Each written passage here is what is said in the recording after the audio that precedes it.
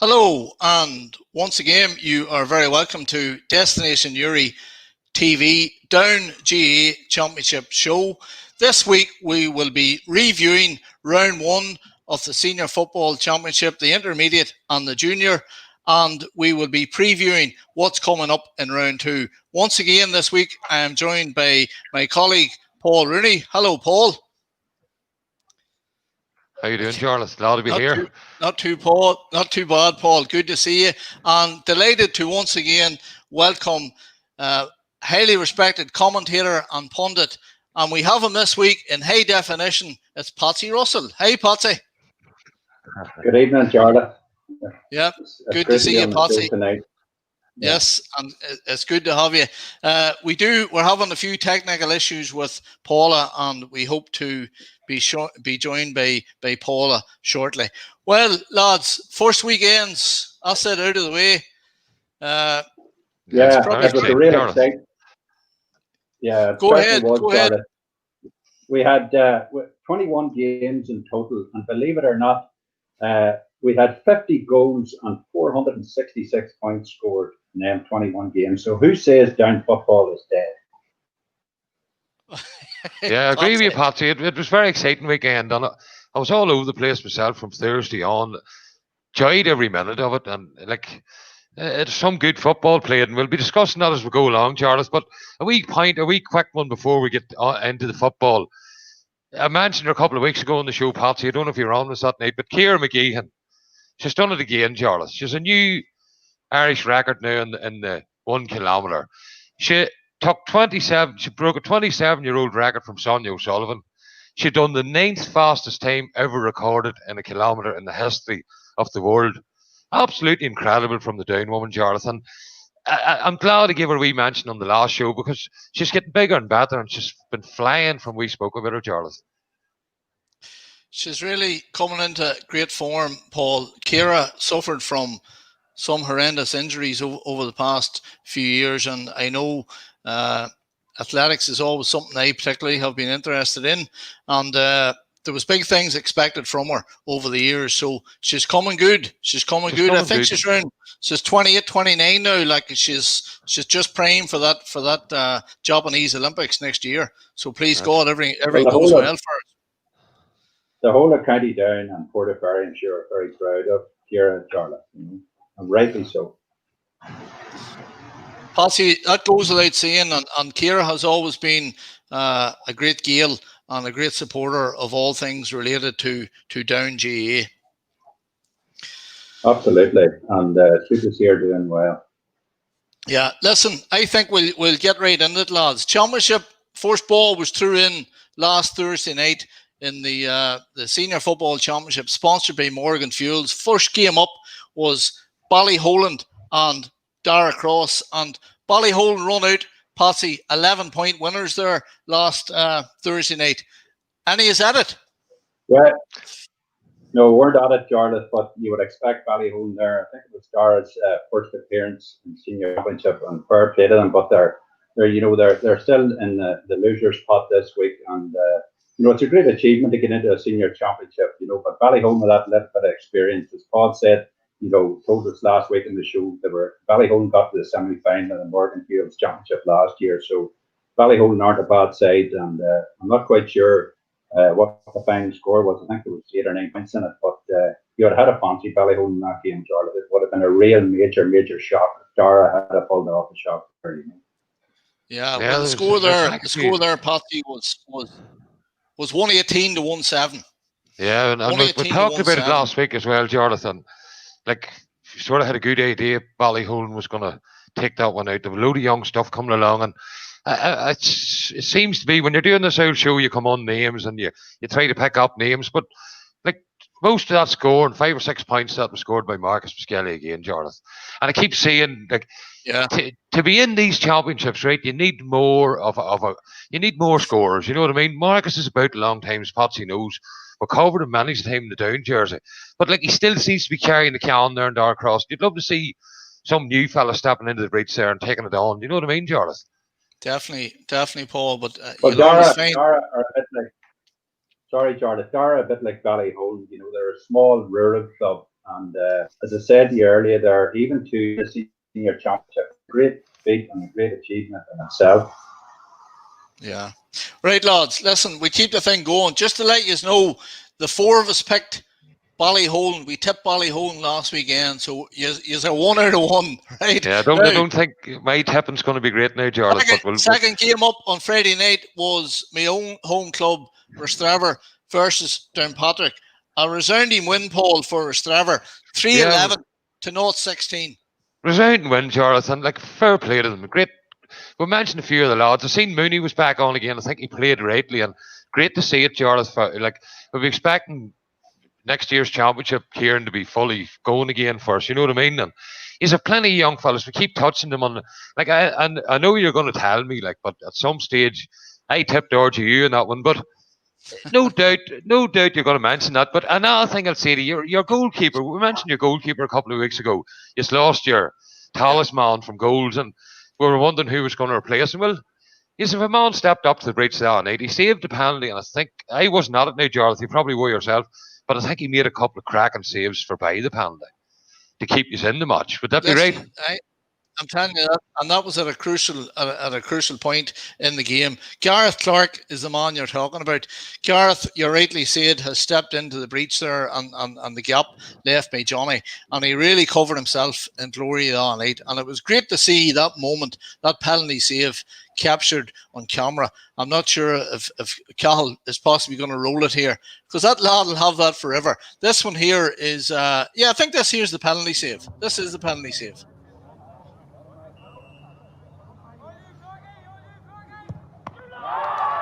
Brilliant save, Jarlath. Brilliant save. Brilliant save. But Paul, I'll just say to you, Jarlath, my prediction would have been all right only for your goalkeeper, Gareth Clark. So fair play to me. Kept my prediction on the wrong side for you this week. Well, apart from that save, that penalty save, he also made a couple of point-blank saves. I heard that, so yeah. I can tell you, I'm not sure whether yourself or Patsy know Gareth or know him well, but believe me, Clarky will dine out on that one for the next 12 months. Patsy, you want to come in there? Played him. Yeah, it's as you say there, Johnny Parr, a hard act to follow, and for young Jarlath to come in there, have a magnificent performance, a very free-flowing game, and led to the lead, 3-11 to 15 points. That's high scoring, and the RGU are no bad side. But Pete at the helm there, it's 1998 since Rostraver last lifted the Frank O'Hare Cup, and it caused a major shock against New Bridge that day. So any team that Pete McGrath is in control of, you'll give them a lot of respect, Jarlath. Well, Patsy, listen, it's funny you should mention them dates, because as you're well aware, Rostraver's previous championship wins were 1976 and 1998 with a 22-year gap. Now, can anybody tell me how many years it has been since 1998? Or will I cut the suspense? It's 22 years, right? Yeah. So I'm only saying now. Now, go ahead, Patsy. Yeah, history makes it itself. Well, you're always gonna go with your own club, aren't you, before anybody else? Well, I hope Mayo Bridge in the final again, I know, Jarlath. So there's another wee video up there. The Evergreen ASP, Sean Parr. I don't know what we're going to do by when that man finally hangs up the boots. But here we go. This was a penalty he scored. Brilliant player, Jarlath. And I often wondered why he never really got much county football. He got a wee glimmer at it here and there, but he never really got much county football. And he was a superb player, has been for Rostraver this year's, Jarlath. There's no question about his ability. And one of the other players. Sorry, Jarlath. Go ahead, Patsy. Yeah, go ahead, Patsy. Really has impressed me. As young Argyle McMahon, I seen him playing for Rostraver Miners in the minor county final 3 or 4 years ago, and apparently he's playing some great stuff as well. Yeah. Yes, and you know what, lads, it's fantastic to see them young lads getting their chance and being blooded in those championship games, because they're right in the thick of it there now, and they're very much of the backbone now of that Rostraver team. Now, moving on, also on Friday night then, Mayo Bridge came up short, lads, against Kilcoo. Kilcoo won 13. Mayo Bridge, 8 points. That was a game that was live on TG4. And the less said about off-field matters, the better. But Patsy, give me your take on the game itself. Well, I thought the Bridge played in the first half, and they took the foot off the proverbial pedal. It took Kilcoo a while to get going, but once they got going, then young Sheelan Johnson, they have a young player who, in my opinion, he doesn't really know how good he can be. And he certainly made some great runs up front. You have Conor Laverty, who pulls a lot of strings for Kilcoo. And as I say, the goal from Jerome was excellent. Regarding Ridge, Shane Annett, Charlie Smith, and Corey Quinn really impressed me. And as Paul Taylor, with 2 minutes to go, Kevin O'Rourke did everything right. The woodwork denied him. That would have brought the game level. So the scoreline might say 113 to 8 points. Way Mayo Bridge is worse off Yard Kilcoo. And I'm sure most ardent Kilcoo supporters will tell you that, Jarlath, you know. Of course, Patsy, and that one you're talking about came back off the crossbar. I mean, it just goes till highlight the very, very small margins that can decide these games. Paul, you had indicated before the show you had plenty to say on this one, Paul. So yeah, I'm going to let you at it, but I'll tell you this before you come in. I'll tell you this before you come in. Now, I don't know whether I wrote this down wrong, but you tipped Kilcoo in that game. No, I didn't tip Kilcoo. I tipped Mayo Bridge. I did not. I tipped Mayo Bridge. I have you down here. I'm telling you, I have you down here as Kilcoo. No, well, you wrote me down wrong. You wrote me down wrong. But anyhow, Jarlath, I was at that game. I was on Twitter. I was on Twitter that night for the county, the county site. And I tell you what, talk to Patsy about it. Talk to Patsy. I run across the pass box 2 minutes ago. I thought it was in the net, Jarlath. I thought, and at that point, the Bridge were, they were in the ascendancy. You know what I mean? They were in the ascendancy. The ball bounced that far out the field that there was nobody there. They went down, got a handy point. And then the goalkeeper made it a boo-boo, kicked it out to Jerome Johnson. He buried it straight into the net. But it wasn't an 8-point game, Jarlath. And I did have plenty to say about it. And I'll have to say it, but Kilcoo, I think, have some of the best footballers in this county. And one man particularly that stood out for me in that match, Jarlath, and he's a young man. Nobody says much about him. I don't know why he's not in the county set up. Ryan McAvoy was immense. He was an amazing game, and it went unnoticed by lots of people. I don't know why. He was unbelievable. He was a tire stance in the back for them. But I also have a wee bit of a Mickey Moore, like he's won all irons, and he's done this, and he's done that, and he's done the next thing. Fair play to him, you know what I mean? But I'm of the opinion, Jarlath, right? And this is my opinion on it, right? Let's see if you let Kilcoo out of that defensive system that they play with the good players like Ryan Johnson, Jerome Johnson. You have Darrow Hanlon.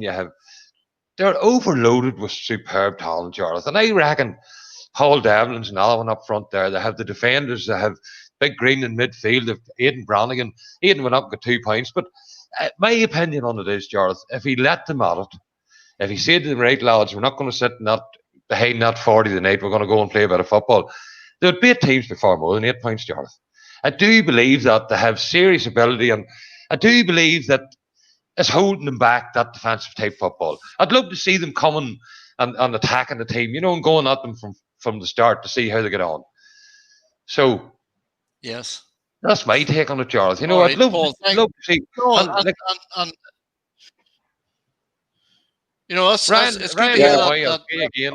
Ryan McAvoy, we have a talent in this county that is amazing. And he showed me, I was watching him the other night, he was big, he was playing number 3, Jarlath, but he commanded that whole area. He didn't just play with that area. He commanded the presence of him. He walked out with balls. He set up attacks. Brilliant footballer. I admired him, you know what I mean? But I still think they should open up a bit and see how they get on. And the only bit of that match that really got exciting was that last few minutes. It was throbbing off old stuff, Jarlath, right up to that. You know what I mean? And I do believe there's more in them than they're showing us. And no doubt there's more in Mayo Bridge as well, Paul. Listen, of course there is. Before you get off that, Mayo Bridge had 8 fellas making their first senior championship appearance, Jarlath, in that game. Now, Kilcoo had 15 that appeared in an All-Ireland final last year, so if you look on experience-wise, the Bridge done rightly in that game, Jarlath. Yeah, I would agree with Paul there, Jarlath. Very young Mayo Bridge team, but they put a high ball in that the goal near came off, and maybe if they had fired a few more high balls into the Kilcoo don't like a high ball coming into the square, as does no team, so maybe that's something for them to think about in the future for the Bridge. And another thing, that was the only shot Kilcoo had on goal in the whole match, was the goal they scored. The only shot they had that the Mayo Bridge keeper had to save was that, and he missed it.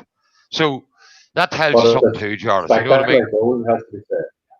Yeah, spectacular goal, surely. Goal for sure. Yeah. Lads, listen, we could go over it all night and talk here to 10 o'clock, so we will move on because we want to obviously cover the upcoming games later on as well. Probably the first surprise of the day of the weekend came on the Saturday. But Patsy, I was just looking at the notes from last week. You tipped Breda, so it maybe wasn't a surprise to you. They took care of Castlewellan 114 to 0-12. Yeah, as I said, it wasn't a surprise whatsoever. Breda won Netterbeek Championship a couple of years ago when they defeated Leitrim. They have Brenton Mason in there at the helm. Used to have Jody Gormley. Jody went to Loughnane and Brenton went from Loughnane to Breda. And it was no surprise, as you say. Some people said they thought it was a surprise, but as far as I was concerned, in Donald Hughes, they have a brilliant footballer. Cormac O'Raw, Benny Hassan. There's some great players, and they're an up and coming team. We thought Carried Up will probably touch on them later. But Carried Up and Breda, they have some great players among both sides. But this Breda team could be dark horse, and I'm sure at this moment in time, for Straver will not be taking that team for granted, Charlotte. Definitely not, Castlewellan, as we say, we talked about it last week in the show. The ran born playing last year's championship. So Castlewellan aren't a bad side, but they've lost a lot of players. There's some new young players in, and that getting relegated to Division 2 didn't help their case either, So fair enough. Castlewellan, yeah. So it wasn't a shock. I fancied Breda, to be honest with you. Okay, Paul, if you've nothing to add on that one there, we'll move on to Longstone Loughnane. Are you happy enough? Yes, go ahead, Longstone Loughnane. Yeah. And you're going to tell me again that I tipped Loughnane, aren't you? Yeah. But anyhow, some win for Longstone, Jarlath. I was tweeting that one as well. An unbelievable win for Longstone. And Loughnane never ever looked like winning the game. So whenever Benny's brought up to that place, the 4 wins under their belt since he arrived, you know what I mean? They're flying, they're scoring from all angles. It was a big, good enough score, 2-9 to 1-8. It was a good enough beat too, Jarlath. We thought Loughnane were common, a common force. But I tell you what, Longstone looks as if Benny has put some bit of something into them, Jarlath, because they haven't beat since he arrived there, and he's getting a bit of a hero cult status up there at the minute. And fair play to him, he deserves every bit of it. And good win for them. I know I tipped Loughnane, but on the form coming into the game, Loughnane were hot. They were going hot, and Longstone gave them a fill of it, and some win for Benny, and fair play to them. No, there's no. Listen, I can tell you, Patsy, go ahead, yeah. Yeah, I was going to say there, my internet cut out last week before you said Emmett on, and Emmett's a very proud Longstone Gale. And as I said earlier in last week's show, their 75th year, you have to give them credit to have Connor, Mark Bowe, Michael Aaron, Michael Hughes, young Finn McElroy, and hearing great reports about Finn, a young man who has worked his way onto the Longstone team. So with Brenton Coulter at the helm, anything's possible. We talked earlier last week's show, Jarlath, can somebody come out of the pack? Them at Ballyhone, it's going to be a real humdinger of a game this weekend, so we're touching that one later, Jarlath. But fair play to Longstone. And it's good to see Patsy, young Finn, blossom into the senior footballer. There was so much promise there at underage. I think he's club captain here, I read somewhere. So it's a great honour. But Benny's doing sterling work up there. Yeah, they're a great underage team. I think it was an under 14 team about 4 or 5 years ago, Jarlath, and I think that's coming to fruition. A lot of these lads making their way onto the senior team to join the likes of Mark, Cole, Ambrose, Michael Ireland. There's some great lads there. Yeah. So then moving on, Patsy, to Intinuri last Sunday. I think this is the one you were commentating on. Bryansford just about got over the line against Lane, 1-8 to 1-7. Absolutely. People mightn't think it was a good game to watch, but it was very close. I mean, the games like that, go either way. But as I say, one of the standout players for me was Danny Savage. Paul was at the match, and to me, Danny Savage won that game because Brentford got a quick free. He fired one in. Young Laverty broke it down, and Paddy Sheridan, who was my man of the match, stuck it in the net. But as I say, Danny Savage, as Paul will tell you, he played in the 2010 county final against Bourne. They lost that by a point. I think, they say nobody deserves a championship medal, but that's a lad I would love to see getting one. But as you know, Jarlath, they're not handed out, unfortunately. Glenn put up a great show. I was particularly impressed by Kieran O'Brien, Dylan and Matty Bagnan, but they lost their centre half forward, Jared Bagnan, after 5 minutes to injury, and that was a big blow to the Lane team.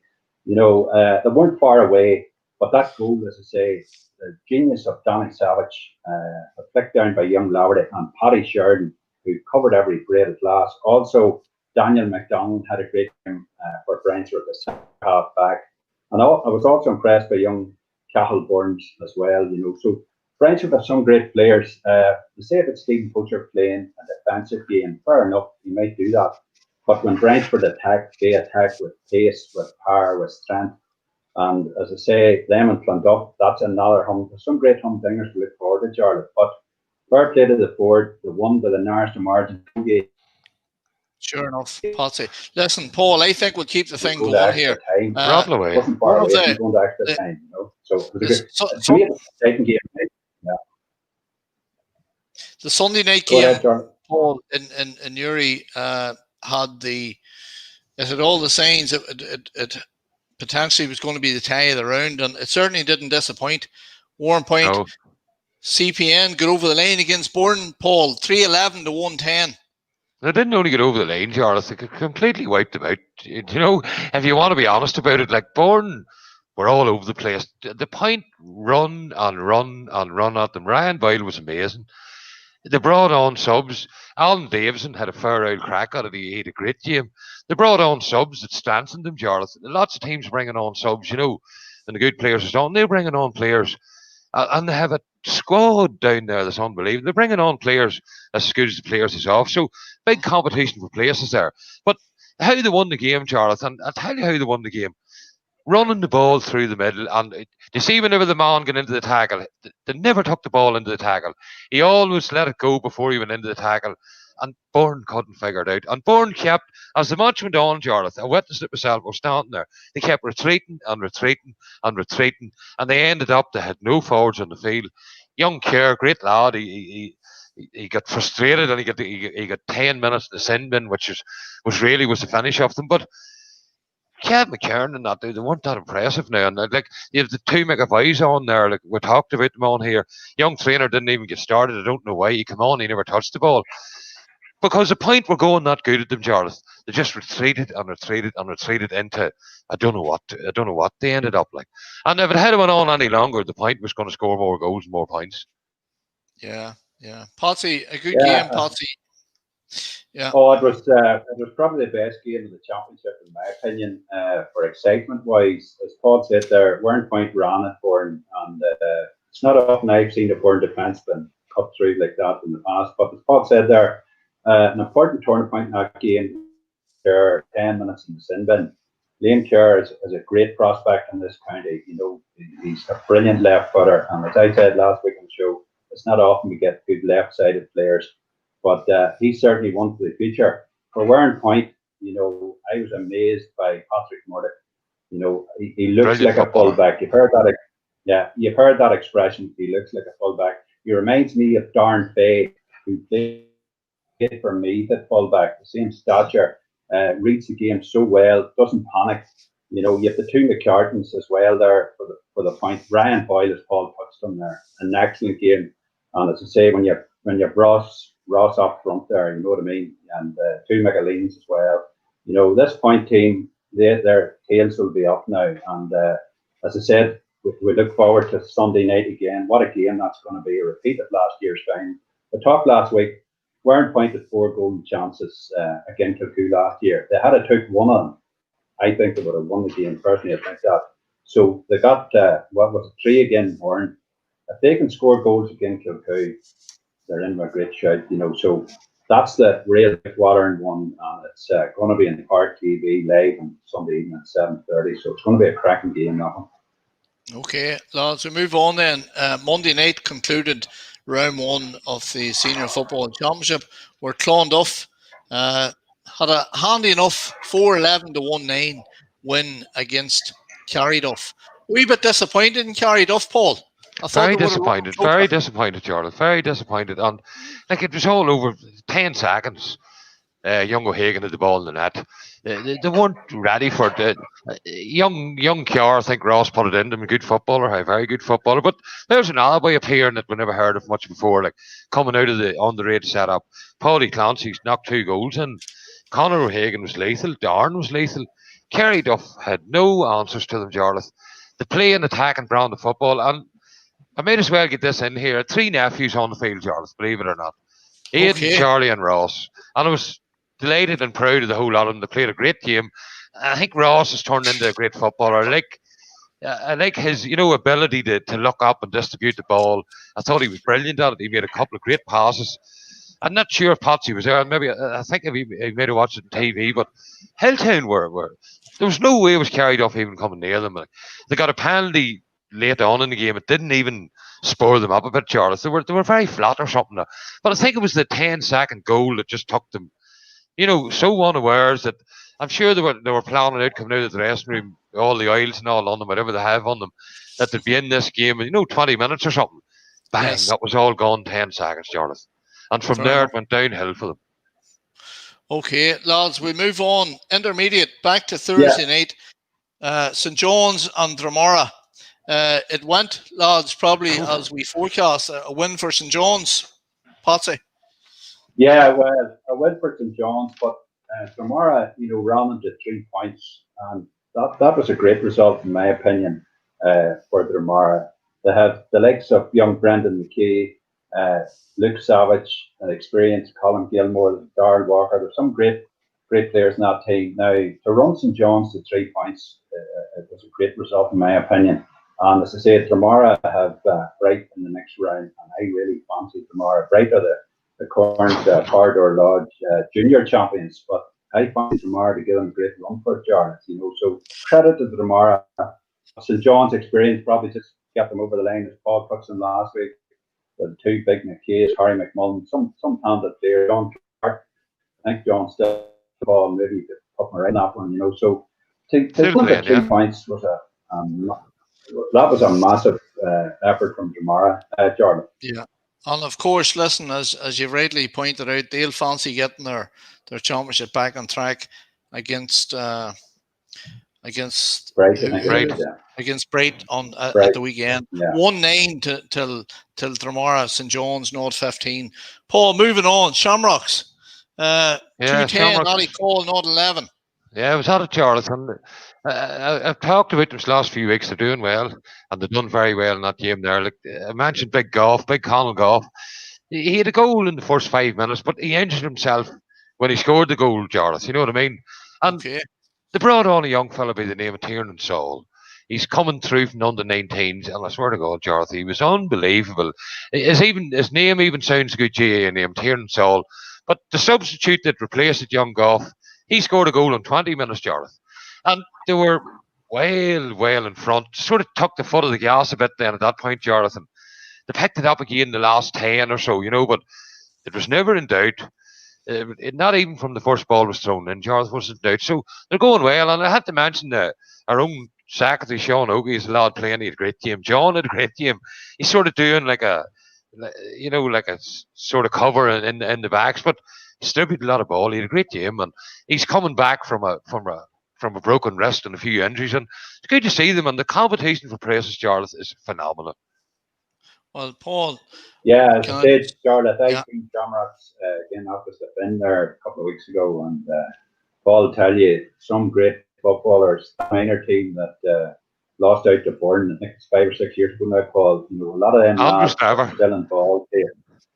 Yeah, and as I say, you know, that showed me in the likes of Cathal Gorman, Kevin Haggerty, Niall Rafferty, young Callum McCusker, Verdi there, the great talent, and Marty Cumby and Marty Rafferty had them in great shape. It has to say, they're very fit, and what a tie in the next round. Beating them Font Noise and Mary Shamrocks. I think we on the panel predicted them two teams to win this championship.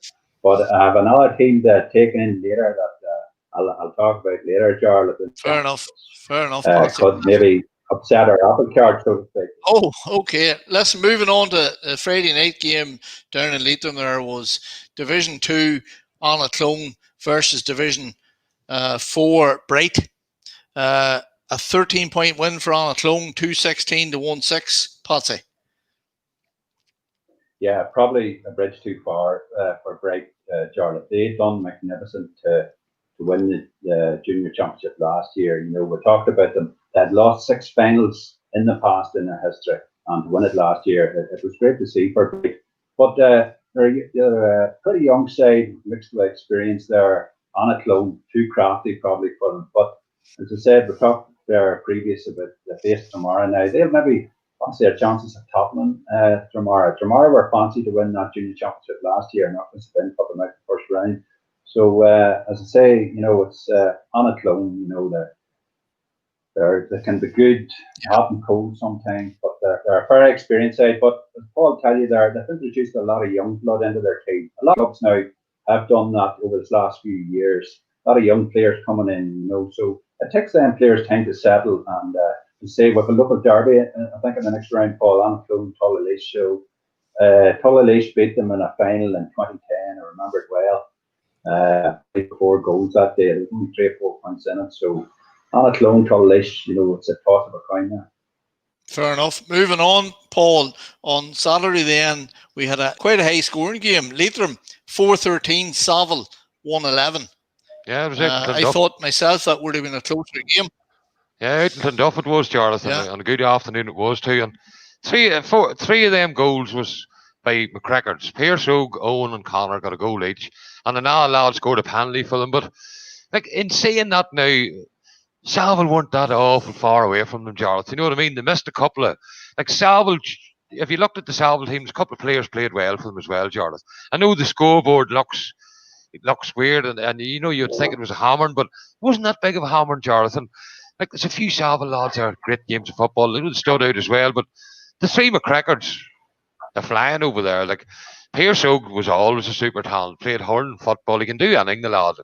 They've another young fella now, Owen, and it's Connor, and like it's some forward line to have. I'll tell you, 3 brothers, and they're flying, Jarlath. So yeah. Okay, we'll keep it going here, lads. On last Saturday in Newcastle, the Kingdom 221 to Connacht 1-7. Another high score by the Kingdom, Patsy. That's probably the way that we certainly, all 4 of us, called the Kingdom to take care of to Connacht, and they certainly didn't let us down. Yeah, it was an amazing display. Fair enough, Connacht's division below them. But Connacht actually started off well, got the first 2 points on the board, but some of the point taken, Jarlath, you had to see it to believe it. It was filmed. Myself and Francis Rogan were down there at it, and the heat on that ground was unreal. How them players played, but to say Declan Doyle, a great game. Ronan White, Ronan McAvett, Connor Clark. Connor Clark scored an excellent goal and got injured in the process. Bernie Rowan is them boys hopping. So we were talking last week. We seemed to just really talk about Leitrim, Shamrocks, maybe St John's, but this Kingdom team, I tell you, will take some stuff. If they play the way they're super, super fit. You know, I've never seen the team, few teams this season. By God, they're fit. You know, and they'll take a wee bit of stopping. To Connacht, you know, maybe it was just a step too far for them too. But you know, they really tried hard. They got the good, to say, a couple of points up. But Kingdom's Class just told him the end and say Bernie Rowan is because the one he's managing him, he has him in some shape, and you would have to put them in along with Leeds and Shamrocks there, Jarlath, as eventual winners at this hard lodge into the championship. Fair enough, Patsy. Moving on, Paul. Saul, 14 points. Ballymartin, 1-8. Yeah, tight enough one, Jarlath. Very close enough game. But yeah, we sort of expected Saul. I think the most would have tipped Saul to win that. Ballymartin haven't been great, having great results in the league and that. And I don't know if they're bringing in new young fellas or what the story is, Patsy. But so far they haven't been making too many, great games or nothing. And they're if they don't win the next time, they're out altogether. So they're going to have to tighten up a bit. I expected Saul to win that, even possibly by a wee bit more, Jarlath, than they did win by. You know what I mean? Fair enough. Saul beating Castlewell in the week before. Must have given great confidence going into that game against Ballymartin, Jarlath, and there was no surprise that they won that game. Okay, Patsy.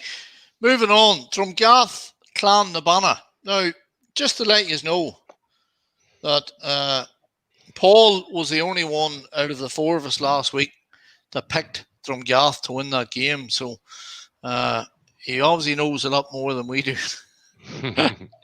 No, I don't know a lot more than you do, but I happen to run across them the odd time, Jarlath. And as I said these before, I said it on the show, they're full of young fellas. And it's awful hard to beat a bunch of young fellas, Jarlath. You know what I mean? Go ahead, Patsy. Sorry. Yeah. No, you're okay. Well, we talked last week that they won a couple of intermediate championships in the not too distant past. So from Gath, good championship side, and they'll fancy their chances in there too. And they had sorry to interrupt you, Patsy, but they had a big player back again, Jarlath, last week. You know who that was, don't you? Packy Downey reappeared for Gath last week. Packy reappeared for them last week, and him among a bunch of young fellas. I'll tell you what, Jarlath, they'll be you wouldn't be rushing to say, I hope we get them in the hot. Do you know what I mean? Because see a bunch of young fellas, if they get on top of you, I'm telling you, you're in trouble. Aye.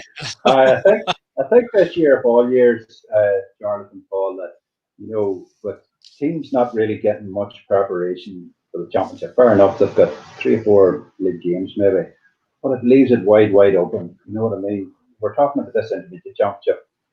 There's maybe 5 or 6 teams could win this now. We talked about beating Shamrocks last week, but as things are progressing, we get to see these other teams, and as I say, we've great fixtures to look forward to in the not too distant future, hopefully. Yeah, fair enough. And then closing the thing out last Monday night, lads, Tullylish took care of Bosco 2-9 to 5 points. Paul, you want to give us your view on that? When you think of that, Jarlath, we were on the show live a few weeks ago, and Bosco virtually had Leitrim beat. And they could ship 2 goals at the last, probably them at Crickets again. We didn't really find out who got them goals. But from that to what they've done since that, Jarlath, has been absolutely amazing. And it's hard to figure out how you'd play so well against a top team and run them to the wire, right? And they've appeared a couple of times since that. I think Ollie Hall done them in, and Tullylish hammered them, and Tullylish weren't going that well. So Bosco, they're a town team, and on their day, I suppose, depending who's about, they could beat anybody, but I don't know, they're going to have to get their act together. They're going to stay in this championship, Jarlath. Right, fair enough, Paul. Patsy, there we jump on into the junior. Yeah, just to really repeat what Paul said, it's such a great game again, Leitrim in the league, and they're hitting 2 sucker punches, 2 goals in the last few minutes to lose out by a couple of points. And I thought Bosco now would have won that game against Tullylish. I don't think I said, Jarlath, when you come to my prediction for that, I think I went off air, but I would have been tipping Bosco, so I've been wrong on that one, to be honest with you. Well, I can tell you did tip Bosco, Patsy, but it's not a hanging offence, so we'll just take a note and move on. Thursday night, go back now to the Parador Lodge Junior Football Championship, Paul. Thursday night's opening game was St. Paul's and Mitchell's. St. Paul's have been racking up some heavy scores this year in the league. That vein of form continued. 4-18 to 2-5, they beat Mitchell's. Yeah, Mitches didn't count with him. I was talking to my friend Aidan. He does a bit of medical with the Mitches, and they didn't count. Like, we mentioned them boys before, and I doubt we'll be seeing these boys in this down panel soon, Jarlath. These Eastwoods to talk about. There's 3 or 4 of them playing for them, and they're playing some stuff. And they're the boys that's doing all this scoring, this 4-18. Among them, like their name seems to be appearing. There's another fella, Sean. I forget his second name, but scoring for fun they are down. Sean Tucker, yeah, another great lad, Patsy. Like, they're full of firepower, Jarlath. They have a good defensive system in place, and let me tell you, they'll be hard enough to deal with the junior championship. Okay, thanks, yeah, Paul. they only lost out to Bright last year, Jarlath, by a single point in the semi-final, the junior championship. So they weren't far away, and as Paul says, they'll fancy their chances there. So they were.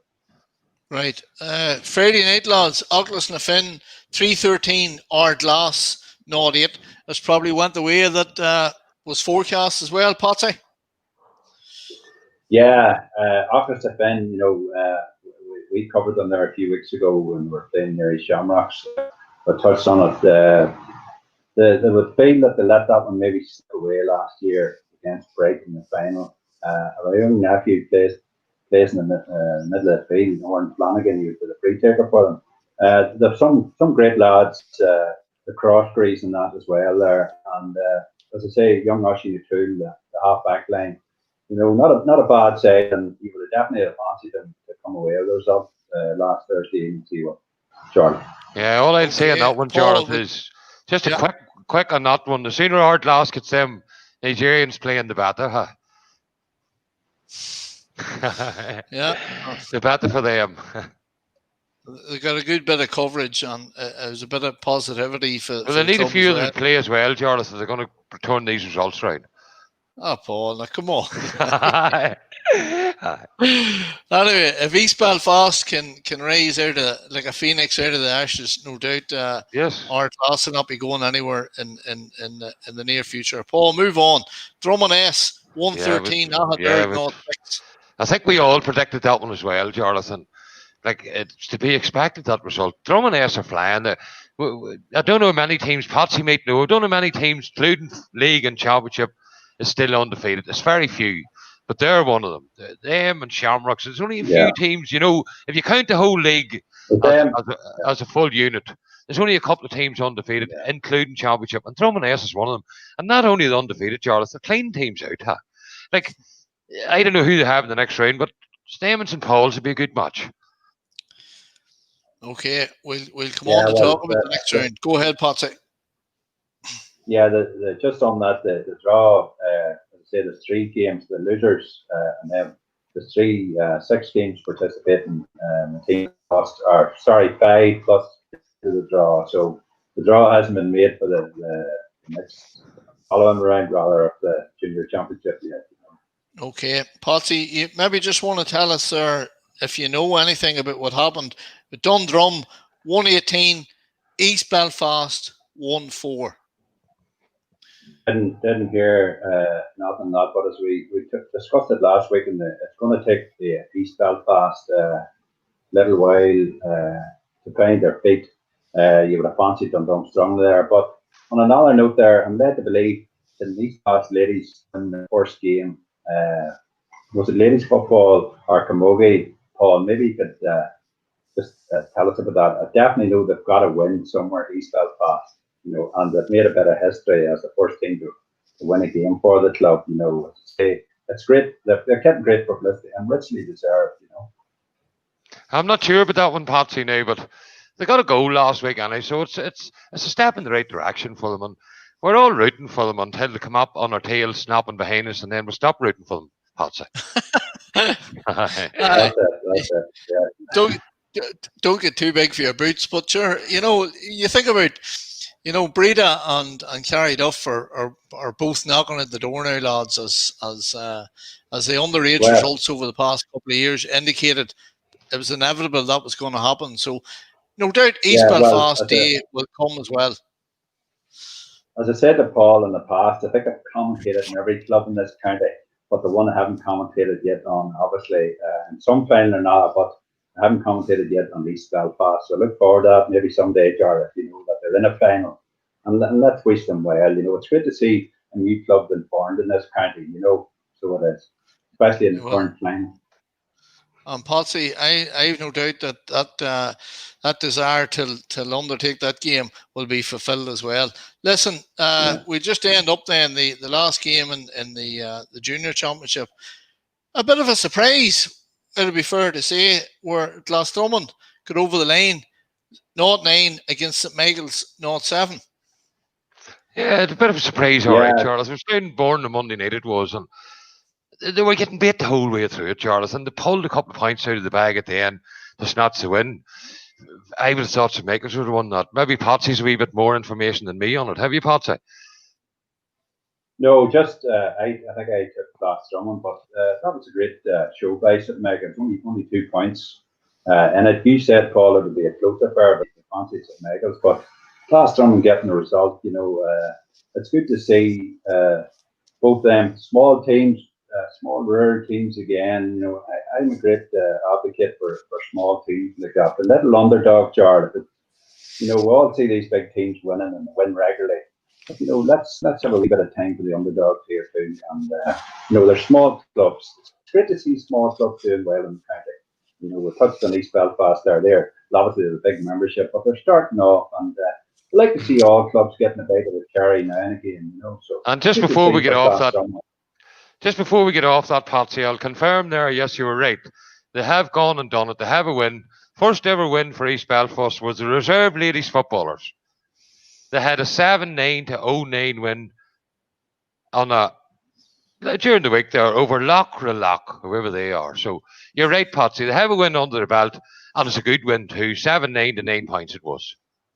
It was the reserve ladies, Patsy.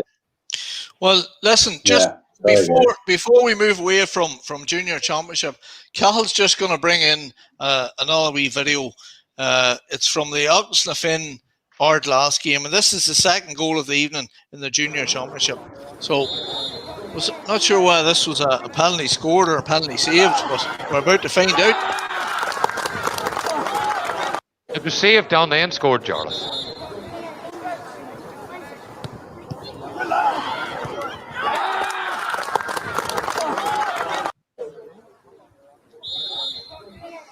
This is another one. Oh, that's the same one. That's the same one. Yeah, it's the same one. The signal's breaking down there, but sure. Anyway, listen. Fair enough, boys. Right. Listen, we'll move on. Lads, listen, the streaming at round one, a big success, I'm led to believe. Any other reports or big success, surely, Jonathan. Great job done by everybody involved, and picture quality was amazing. The commentators were amazing, and nobody had any complaints about it, Jarlath. But we're going into this weekend now. We're hoping to put 4 out this weekend, and hopefully, if it goes as well as it did last week, Jarlath, we'll have no hiccups.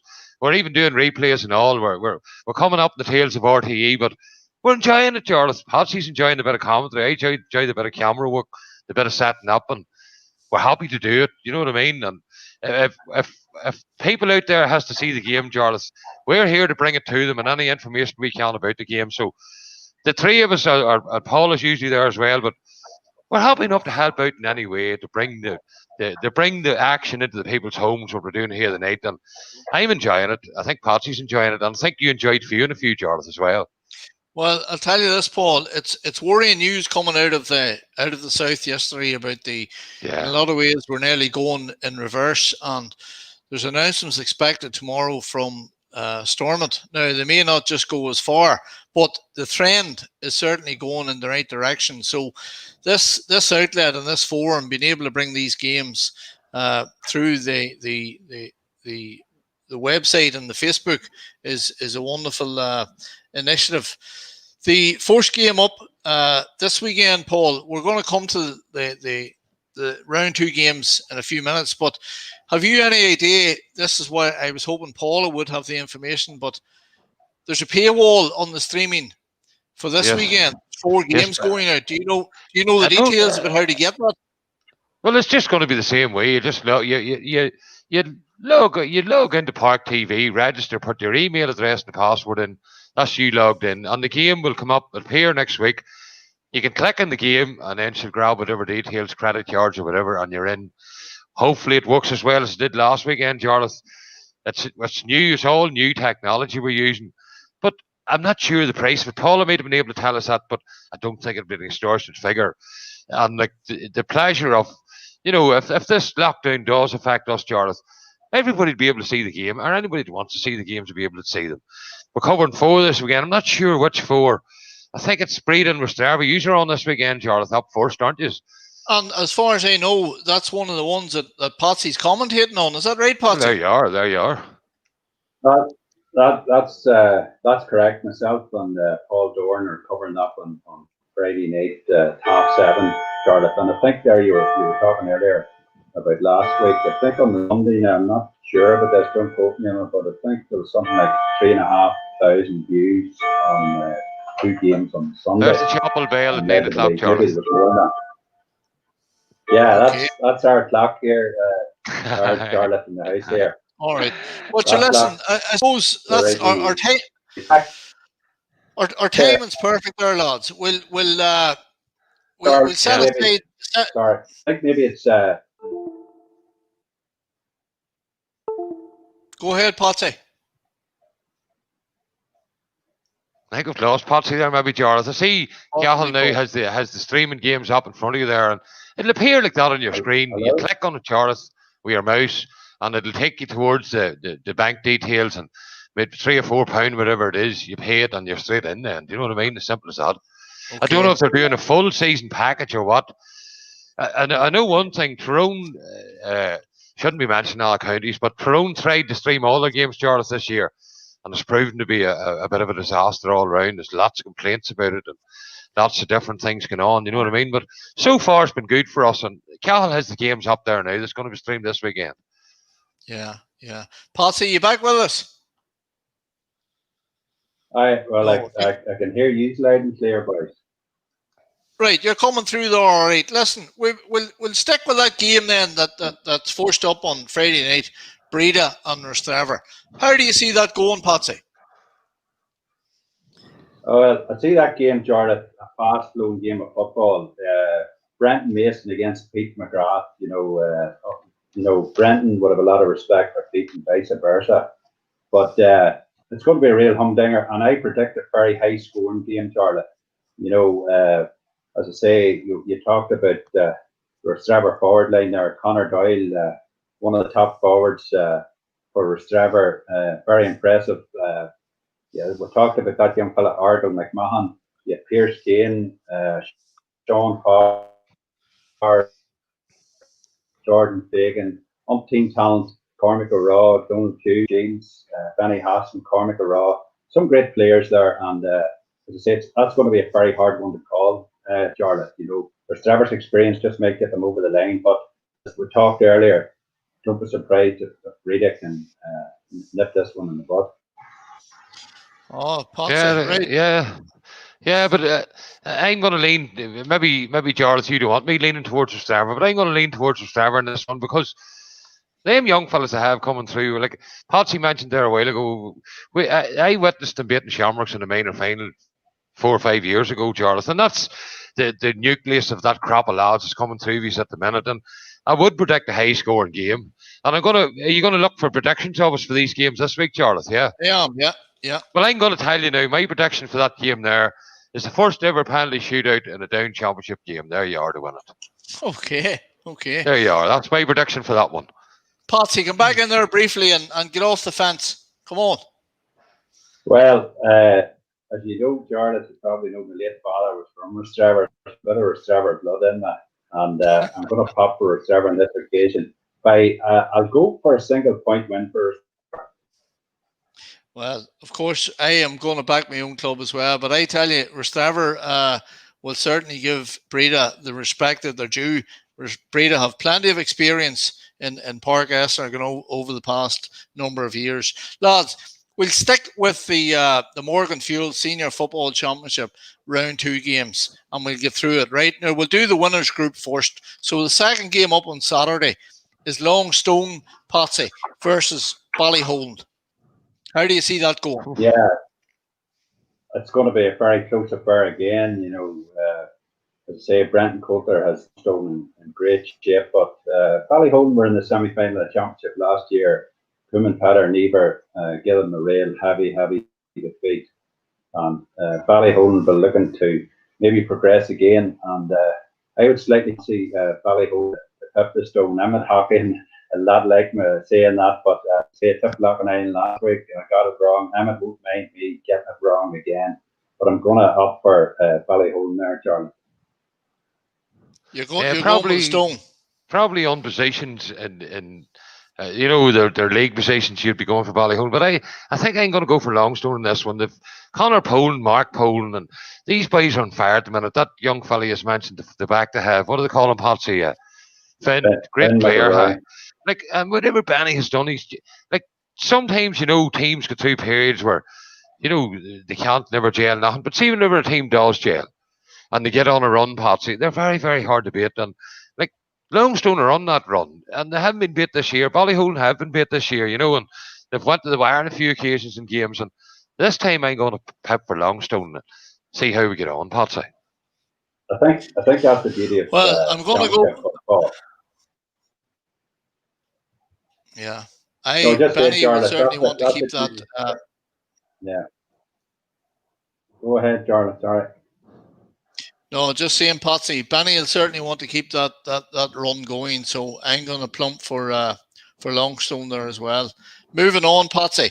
We're into Sunday now, and two neighbouring parishes, Clonduff, will be playing Bryansford. It's also one of the games that's been live streamed. How do you see that one going, Patsy? Yeah, well, that was your tip, Jarlath. Yeah, you talked on the show last week about Clonduff and your tip for the championship. And, Mark Hart at the helm there with Adrian O'Donnell. I think them boys guided Roy to an All-Ireland final. They won an Ulster championship with them. So this is their second year. We talked earlier there about getting carried up to the Clonduff team. If we look at the full forward line of Stephen McConville, Paddy Clancy and Barry O'Hagan, them three got 3-7 out of the 4-11. So that's great scoring from forward line unit. Mr. Poacher, well, what can you say about Stevie? A very colourful character. He's up against Mark Hart, and as I say, Stevie's experience with Carlo is bound to stand him in good stead. We talked about Bryansford, this defensive thing, but they did play some attacking football, as we talked about earlier at the top of the show there. It's going to be very close, but as Paul said, I'm going to go with a foreign team, and the foreign team at this moment in time is Clonduff. Oh, okay. Right, Paul. Yeah. Give me your tip. I'm going for Clonduff. I have three nephews playing for them, but I was talking to Stevie and Yuri before the game the other night, and he says, I hope you're not tipping us, you know what I mean? But Stevie would tell you that match that and Glenn, we talked about it earlier, he would tell you that he had that planned out exactly to a T to win by a point. He would have the confidence to say to you that he would actually plan that match, to end up that way. And he's full of confidence, man. I have to give him that. And he uses a bit of confidence. But this time, I think the attack and flair. Plus, you have Darren O'Hagan coming through from defence, Patsy, which is a major, major asset. There's another young fella there, Devlin. He was out and under the camera with me. I think it's Paul Devlin, or is it? Or Paul Lively, sorry, Patsy.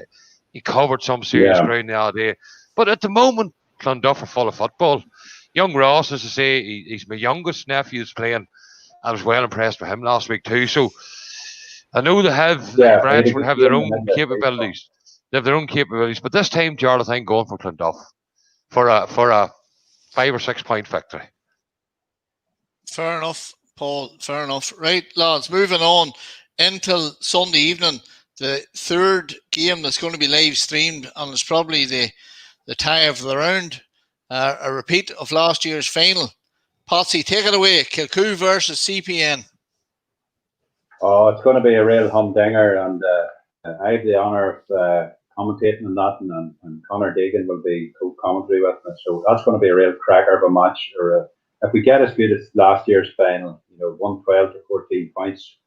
Kilcoo win that by a point. It's hard to way it'll go. As I say, the losers will get another crack. The winners will go straight into the quarter final of the Morganfield Senior Championship. I seen Warren Point, to say, on Park TV and on Sunday night there. They looked a real polished outfit. Leaning the manager, he's done his, and he was a great coach. He's instilled some of his knowledge into Niall. Warren Point will say that they let that slip last year. Sure, Paul would agree with it. We've talked about it many times. The 4 golden chances. I've watched this game 2 or 3 times over again.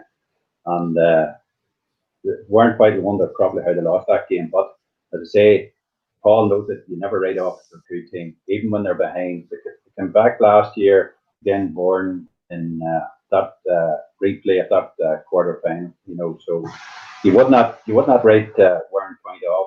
Them and Kilcoo, and as Paul says, I'm going to protect. It's not a case of sitting the fence. I'm going to protect this game will go to extra time.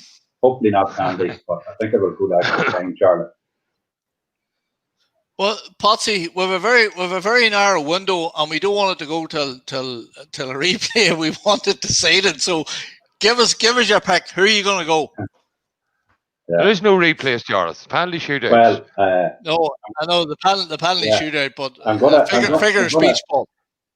I told you last week that Kilcoo were going to win the championship. I haven't changed my mind on that, but I think they're going to come through the back door this year. But I'm going to go for Truman Pattern-Napier to beat Owen Rowe at Kilcoo. As I say, after extra time. Oh. So we'll wait and see what way that pans out. Yeah. You see, I have a man on the line here now, and he'll agree with part of what you said.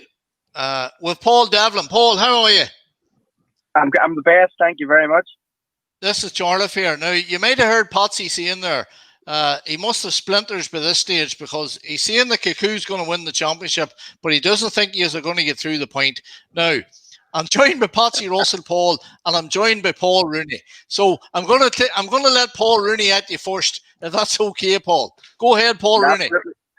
Thanks, Jarlath. No problem. How you doing, Paul? This is a good win last week in Mayo Bridge. We talked about it earlier. You've run out 8 points when it was a tight enough game, that one. CPN run serious holds through the Bally or the Bourne defence. How are you going to deal with that, Paul? Well, look, first and foremost, I think it's only right that we point out that Warren Point were seriously impressive against Bourne. We wouldn't be surprised in any regard to that. I mean, they play a really, really nice brand of football. I would have been particularly taken by their transition and how fluid they were going forward, and also dropping back and covering. Listen, they're all very comfortable in the ball. Love some lovely ball players. And look, a result again that against Bourne, their first championship one in I think it's 40 odd years, I think will have filled them with a lot of confidence. Yeah, very good, Paul. And he's becoming with the same type of game plan as he's come to Mayo Bridge. Well, I'm not sure I'll disclose that to you boys at this point, but we want to know, Paul. There's no point coming on here not telling us. I know you do. But listen, I suppose from our perspective against Mayo Bridge, we wouldn't be happy with large parts of our performance. I suppose the reality was it was the first championship match. The 3 league games were fantastic, but championship's a different animal, and I just felt we were off the pace a wee bit, and we allowed Mayo Bridge to dictate things a wee bit too much. We stood off them, and I think we gave the ball away far too much. But listen, our boys, Kilcoo are just they're just full of great character. They're as dogged as can be, and they churned it out, and a late flurry, I think, put a gloss on it. Really a great goal and a couple of points. It was a tighter game than that. So we would feel that we have a lot of work to do to build on that. Thanks very much, Paul. Maybe Patsy has a question for you, but before I go, I'll just mention to you that and young Ryan McAvoy is one of the best players in the county, and that's all I'll have to say on that matter. Thank you. I'll right. pass that on to him. Okay, Well, thank you. listen, Potsy, you want How are to you, ask Paul? Just Paul. I had the honour of commentating his last year in headquarters in Crook Park. He's ran Cork in the 3 times All Ireland winners, very, very close indeed. And I suppose this year, with even if you do come out of down no Ulster Club Championship, will that have an effect on the players, or they're not even thinking about that at this stage? Patsy, how are you?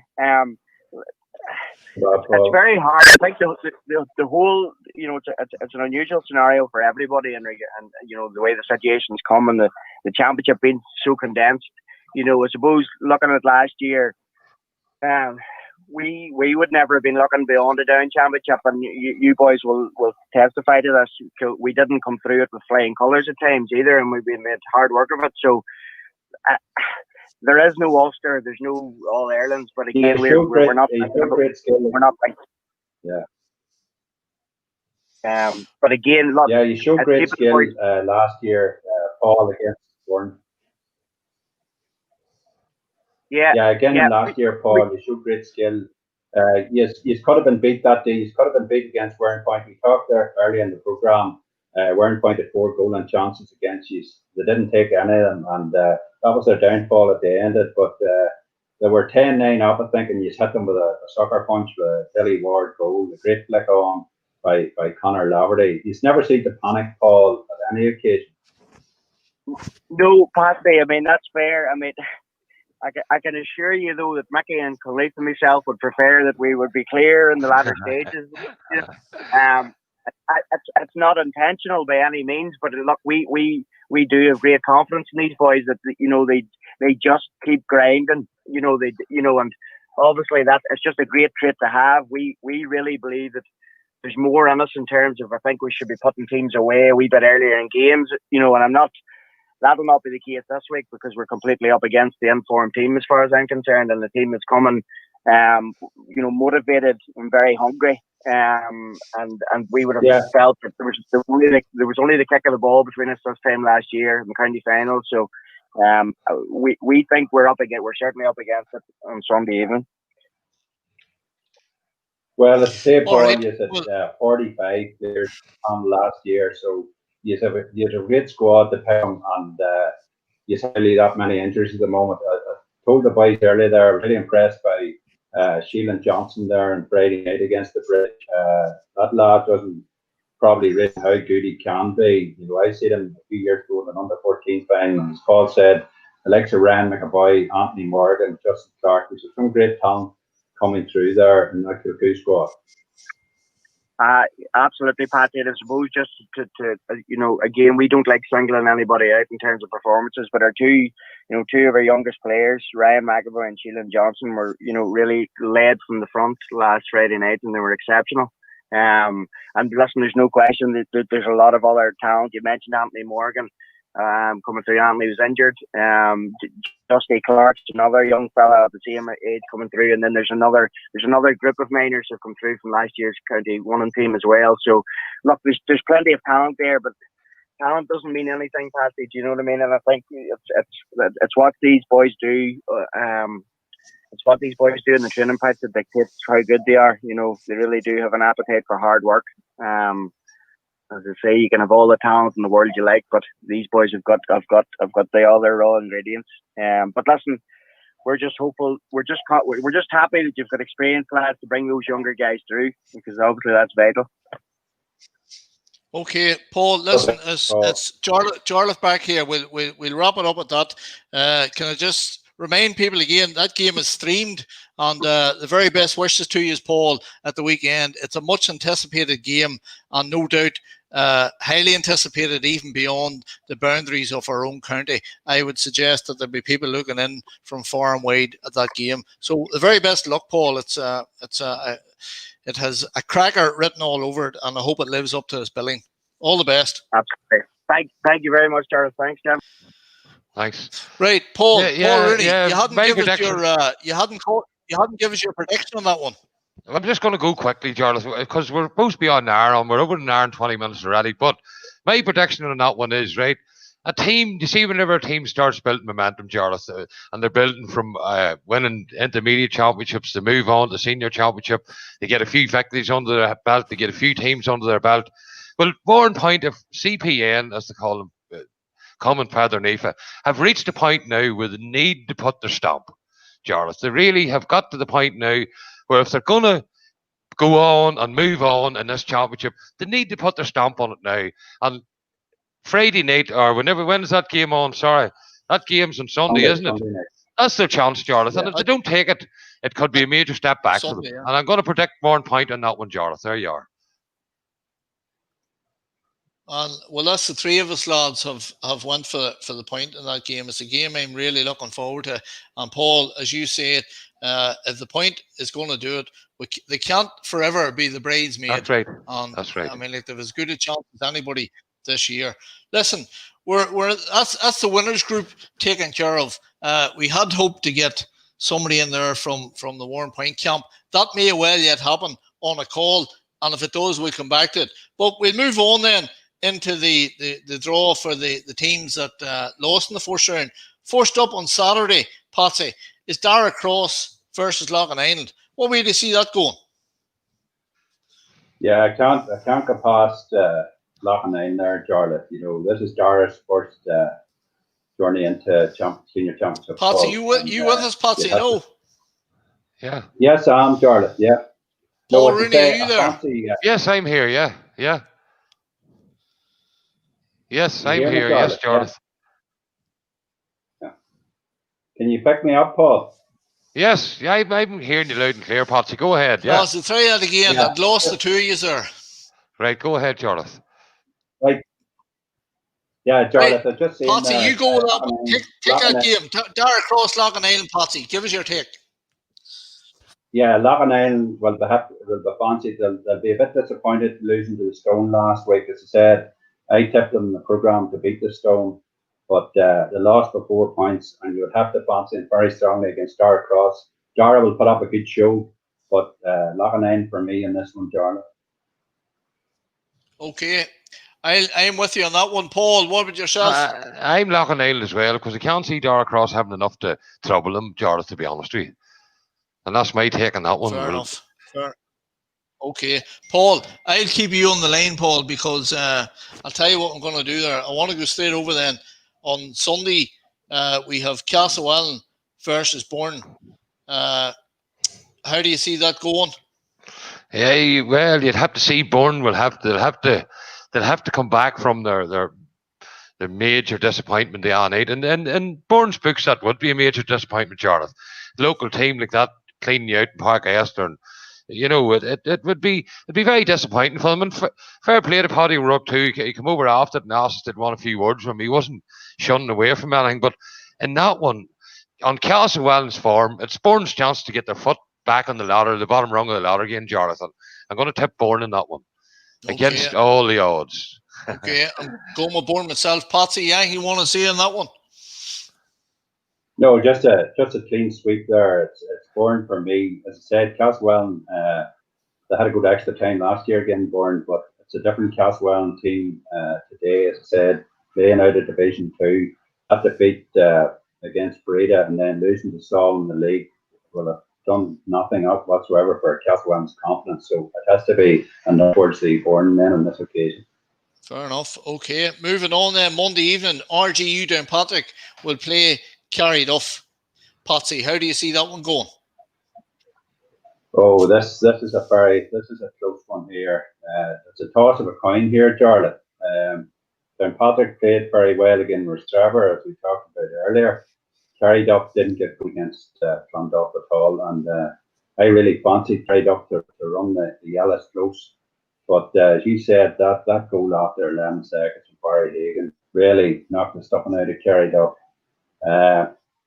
I'm going to slightly with a, it's a slight nod for Carryduff, but it's going to be very close. So I'm going to give to Carryduff. Maybe they'll be hurt for that defeat and they'll come out and play a bit of football, which we know that they're capable of playing. So Carryduff for me, Jarlath. Okay, well, listen, this is the first split among the pundits because I'm going for RGU on that one. Paul Rooney, I who think are I'm you going to coming have. down with, myself or Patsy? I think I'm have to come down with Patsy. We covered Kerry Duff Jarlath a few times on the show there so far in the league games, and they've been phenomenal. Like that early goal against them knocked the sails out of them, but I expect them to kick back into action, and I'm going to tip them for this one, Jarlath, because RGU on their day can take anybody, but if they don't strike form, I tell you what, Kerry Duff will be ready for them. I'm going to go for Kerry Duff by a couple of points, Jarlath, on that one. Okay, well, I'm going with Downpatrick based on nothing more than the fact that if they had to get the rub of the green again, Rostrevor, that could have been a different game, and I was quite impressed by what I seen. Now, lads, I said if we had somebody from Warrenpoint, we would go back in. Paul Devlin there didn't give an awful lot away. Let's see, can we get any more out of Conor McGarry? Conor, he's in an incredible win last weekend. It's a mouthwatering clash coming up this weekend again, last year's champions. How do you see it going? Patsy Russell's on with me, Conor, and Paul Rooney. So everybody talk away there. Conor, I'll bring you in first. Yeah, no bother. We were definitely pleased with our performance on Sunday night, Jarlath. I think the boys worked exceptionally well against a very experienced and seasoned Burn team full of class. And there's no doubt that this weekend Kilcoo will be going in the favourites of the reigning Ulster champions, and but for the kick of a ball they would have been All Ireland champions. So it's definitely up against us. We've been defeated by them in this last couple of years in the knockout stages of the championship. So look, we'll be there and we'll be looking to give it our all and hopefully come out the right side of the results for possibly the third time lucky. Okay, yes, Paul, Conor, really go ahead. Good to hear you, Conor. I was speaking to you in Park Esther, I think, at the match Saturday night. But I asked the Kilcoo man the question. I'm going to ask you the same question. Are you going to play the same tactics against Kilcoo that you played the other night and run at them and run at them and run at them the way you've done with Bourne? Well, like we like to play football. I know. We like to go out and beat the other team, try and score as much as possible. We don't like to set up defensively at all. We like to go up and play an attacking brand of football. Whether we'll be able to do that, we've came across some teams that like to set up and stop us from playing. But there's no doubt we'll be going out in the same frame of mind, with the same sort of a game plan to get the ball into the forwards, because it's 90% of your scores are going to come from your forwards. So there's no change. We haven't changed in the 3 years that Niall's been with us. We've had the same sort of boys about the team, give or take one or two. Alan has come back after injury there this year and gives us another dimension. But look, we want to go out and express ourselves and play an attacking brand of football. Yeah, before I hand you over to Patsy, just Conor, we touched on it in the show earlier. You've been in the bridesmaid spot for a while now. Like, it's time for you to go and take a big scalp there, and there's your chance now at the weekend to take that big scalp and get that monkey off your back. Correct and right. I've been reminded of that by young Darragh O'Hanlon from Kilcoo. He's referred us as the bridesmaids this last while. Look, we'd like to go one better this year, but the way that the championship's gone, and it has been this last couple of years, every team, regardless, like Burn will be back. We just managed to beat them in a game on Sunday night. There was no medals handed out for beating Burn on Sunday. The same, the winner will progress into the quarter final, but the other team, like there's ourselves, Mayo Bridge, even Clonduff and Kilcoo and Burn have been the top 4 or 5 teams in the league and the championship in the last few years. So look, to be honest, all them teams will be thereabouts. If we win, we'll still be in it. If Kilcoo wins, we'll still be in it as well come Monday morning. Okay. All right, I'll let Patsy at you now, Conor. I suppose, Conor, last year's final, I'm sure you've watched it a few times. You maybe let the Magpies off the hook. You had 4 golden chances that day, didn't take any of them. But against Bourne that night, you found the net 3 times. I was very impressed by your strong running out of defence. And as you said earlier yourself there, Conor, They're playing a real attacking brand of football. Kilcoo also can play a real attacking brand of football. So I think we're in for a really brilliant game on Sunday. I'm sure you would like to think you'll follow on from Bourne. It's once you get into a winning mode, it's hard to get out of that winning mode, Conor.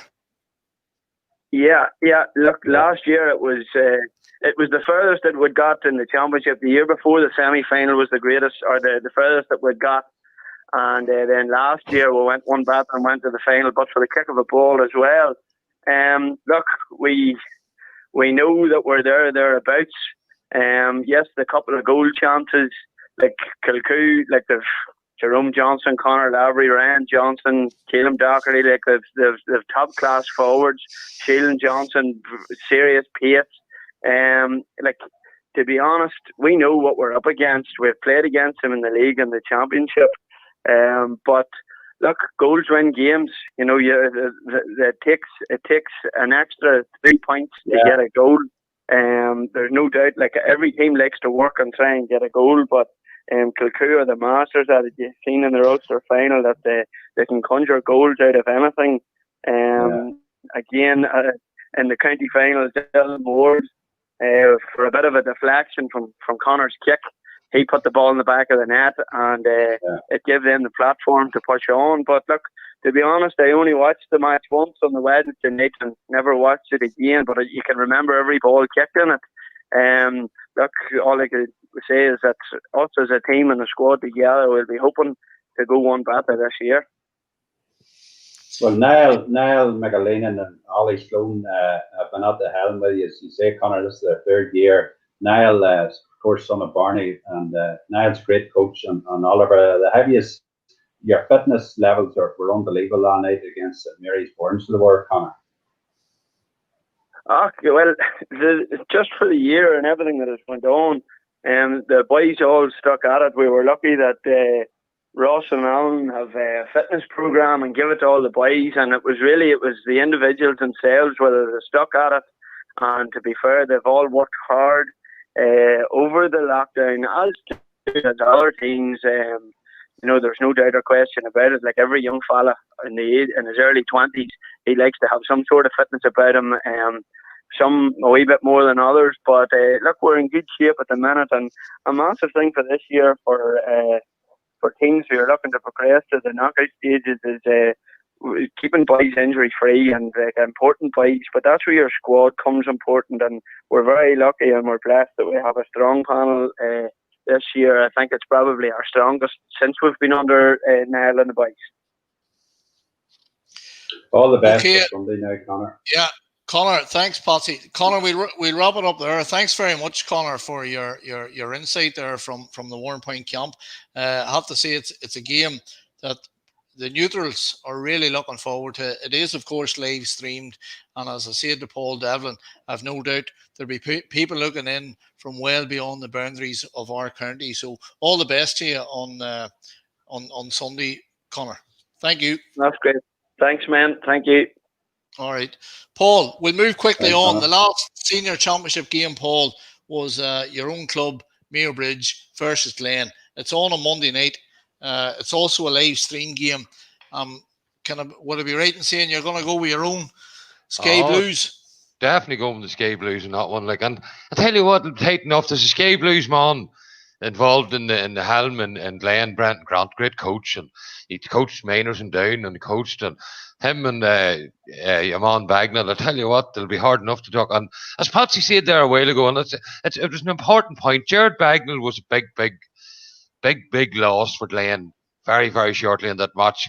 He's a solid old player, great defender, and it was a big blow to them, Jarlath. And I don't know if he'll be back fit for this week or not, but he was a major loss to them. But I can't see. I think the Mayo Bridge from last week, Jarlath, I think, and everybody will laugh at me here and say, I think they take a bit of confidence from it in their ability to stay with Kilcoo to the wire.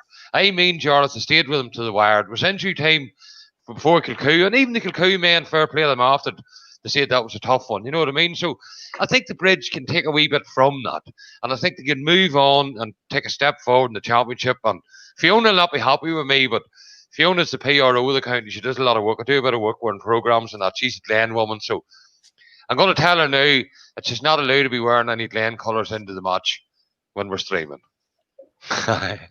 Is that all right, Jarlath? Right. Well, of course, both teams have both played a game in Uri this season. So being in Park Esther, it should be even Stevens in that regard. Patsy, what's your view on this one? Well, I'd probably have to go with Paul on that one. You'd have to fancy the Bridge. Mainly their experience in Glen, but Glen won that intermediate last year and ran the very close, only for a bit of brilliance from Danny Savage getting that ball into Paddy Sheridan. It could have went to extra time, that one, you know. So I think Niall McParn, maybe Paul will correct me, may have come back to teaching guitar. So if they don't have Niall playing, it'll be another big blow to the Bridge, but they won't be in it. I'll go with the Bridge for about 3 points, Darren. Okay, and of course that game is live streamed as well on Monday evening. And I'm going to go with the Bridge there myself. I have a wee soft spot for the Bridge, and I have a connection actually, because I bet neither of you know this, but Ryan Brady is married to my niece Sarah, and a good lad Ryan is, and it's just an awful pity we can never get him in a red jersey, but we live in hope. We live in hope. Anyway, we'll move on, lads. Intermediate Championship Round 2, sponsored by Parador Lodge. And the first game up on Friday night, Leitrim and Shamrocks. Patsy, you were ranting and raving about this one earlier and really looking forward to it. So I'm going to let you go with, and then Paul will be itching to get in. But Patsy, give us your take on that game first, because Paul, of course, you see, he'll not be objective, because his young lad is all over that Shamrocks team. But go ahead, Patsy. Yeah, well, you talked about it earlier, Charlotte, about how well Leitrim played against Saville. They got 4 goals in that game, and all of them came in the second half. Shamrocks getting out of call, only won by 5 points, but possibly Paul would have to get, possibly did enough in the night. But I would have loved, and it could still turn out the final of this championship. But Leitrim and Shamrocks were both, I think all our pundits, including Paul last week, we all picked either of these teams to win the championship. But as I told you earlier there, I've seen him rake now, and they will have to be in the mix. My pick at the start of the year was Shamrocks. I think they'll get over Leitrim Fontenoys here. Okay. Patsy. A lot of friends up in Leitrim there, but I was talking to. I just fancy them, you know. But having said that, Leitrim win this game. Or sorry, anybody could win this game, Patsy. You know what I mean? Anybody could win this. But I was talking to Marty, the 2 Martys during the week there, and this is the type of games they want to be playing in. This is the type of games they told me they're looking for this young team to have, and to see how they are. And this is the chance for them to see if they are fit for this type of football. You know what I mean? They want these type of games. They're telling me they want to play these top teams to see where they're at.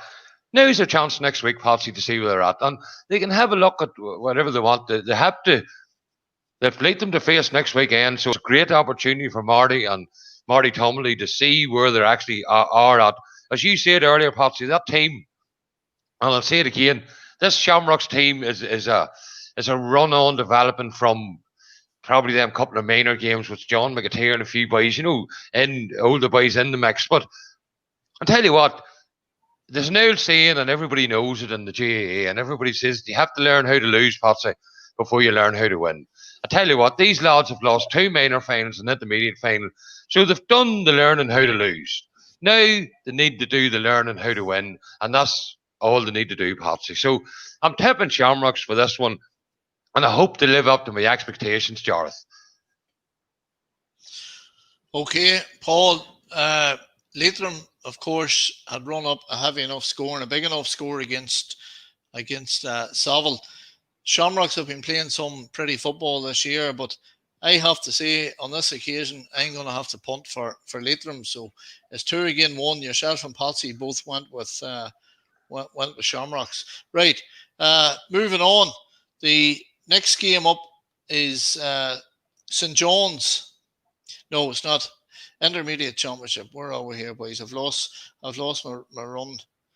Aye, St. John's and Saul, Jarlath. Yeah, you're right. St. John's and Saul. Yes, I was right. You're right. Sorry, yeah, Paul. You're right. Yeah.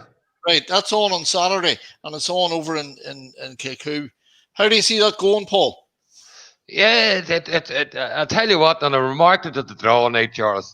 We've ended up with a couple of great local type derbies in this championship, and we've a couple of quite the opposite. But there's more local derbies, and I would say that'd be down as a local enough derby. Patsy will be able to confirm more on us, but looking at that game, right, I've seen both teams. I've been at both teams in league meetings this last couple of years, and I think Saul are just developing a wee bit faster than St. John's, Jarlath. And I'm going to tip Saul to win that because their progression, like they're coming from a lower point than St. John's are, and they're progressing through the ranks well. They've showed great football. The young Harney's not there playing for them. I tell you what, I think Saul should probably win that one there now. I'm going to tip Saul on that one, Jarlath. He'll probably go against me, but I ain't going with Saul. Fair enough. Right, Patsy, what's your view on that one?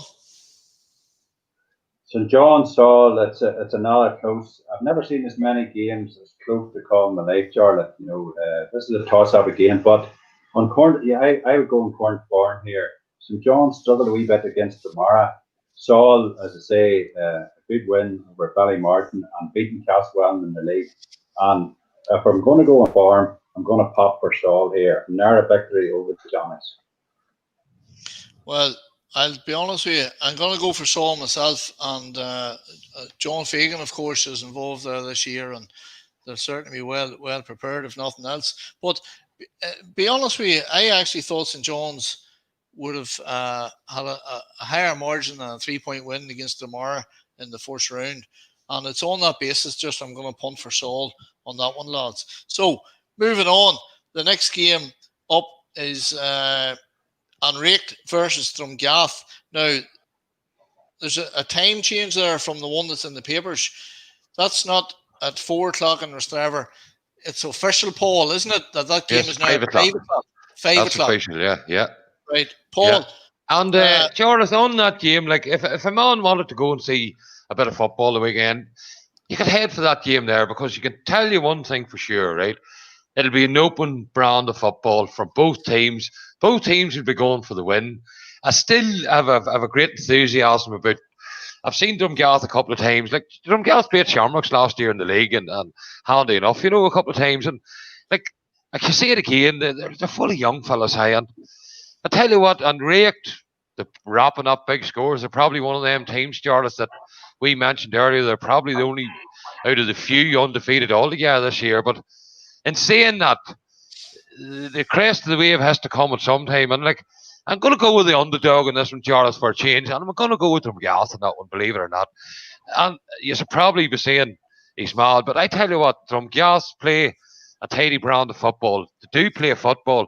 And if they get their noses in front, it'll be hard to touch. I'll tell you that. Okay, I'm going to tip Drumgath on that one, the underdog, Jarlath. That's fair enough, Paul. I ain't going to go with the Kingdom, so I'll not dwell on that, Patsy. But you want to add to that? Who are you going with? Well, I'll agree with you there, Jarlath. I seen them last Saturday in St. Patrick's Park against the Connacht, and I was very, very impressed. As I said earlier there, Bernie Ruan has them in great shape. Some of their point taking was out of this world. I would just love, I think down to have the video, but I'd love to show some of the points to some younger kids. Some of the scores were breathtaking. And on seeing, as I say, I haven't seen Drumgath. I've seen them in the past. They're a great team, a great championship team, so there's no taking away that from them. But I'm going to pop for Anrake on this occasion. All right, fair enough, lads. Now we're on the home stretch here, so we'll move on. Monday evening, Anna Clone play Tullalish. How do you see that going, Patsy? Well, as I said to you earlier, there 10 years ago this year, Tullalish beat them in a cracking final in Newry. I think it was 4-5 to 112 or something like that. There was only a couple of points in it. Tullalish came with a great run, but just on the last round there, Tullalish beating Bosco was a surprise to me, to be honest with you. Them and Anathlone, it's a local derby. Paul talked about local derbies. This is one here. If I had to pick one, I'd probably slightly favour on this occasion, just to nip it in the bud. But it's a local derby, as we all know before. Championship football, anything can happen any given day. So, we're going to get shocks. There's no doubt about it. We've had a couple of mini shocks. Breda beating Castlewell, which I thought wasn't. Longstone beating Knockernine. So they might have been what's called mini shocks, but we're going to get a major shock. Maybe it could be this weekend. Who knows? But as I say, it has to be on a flow just to get the nod there. Yeah. Paul, before I let you in there, I'm punting for Clone myself, just purely on the basis that they had quite a high score up again Bright. The Tullalish game was closer than that against the Bosco, but high enough score, 2-9 the score. But I'm going with the Clone. Who are you going on that one, Paul? I think I'd have to go with the Clone too, just on their performance in the league last year and that. But Jarlath, do you see if you wanted, if you were the manager of Tullalish now, say we were managing Tullalish now the night, and you wanted a mouth-watering clash that'd get the lads up, get the lads going, get the fire in their bellies, and get them, wanting to have a go at it. This is the game for them. Do you know what I mean? This is the game for them.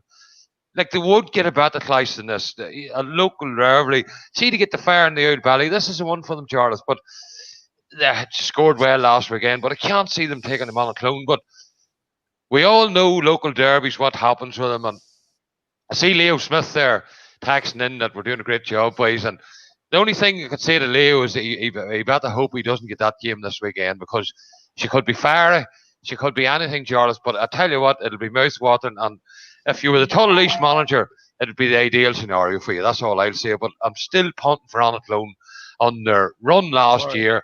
They're undefeated, and fair enough, Paul. For them. Okay, moving on. Patsy, Saville will be wanting to get their championship back on track.